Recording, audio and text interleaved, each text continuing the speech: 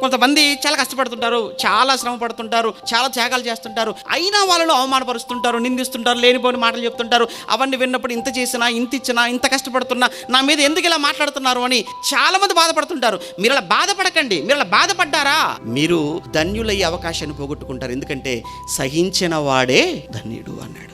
అన్నవాడు కాదు, సహించిన వాడు ధన్యుడు. కానీ ఏది ఎక్కడ ఇంత దగ్గరగా వచ్చి, పరలోకానికి చాలా దగ్గరగా వచ్చి, దేవుడిచ్చే ఆ మహాలోకం ఆ కిరీటాన్ని పొందుకోవటానికి ఒక మెట్టు దూరంలో ఉండి అన్న మాటలకు కృంగిపోయి చేసిన పనిని బట్టి మనసులో బాధపడుతూ ఇక నేను ఎందుకు చెయ్యాలి అని నిరుత్సాహంతో నువ్వు వెనకడుగు వేస్తున్నావు అని అంటే వచ్చిన కిరీటాన్ని పోగొట్టుకుంటున్నట్టే కదా దగ్గరగా వచ్చిన దాన్ని. సహించటం ఇంకో విషయం చెప్పమంటారా?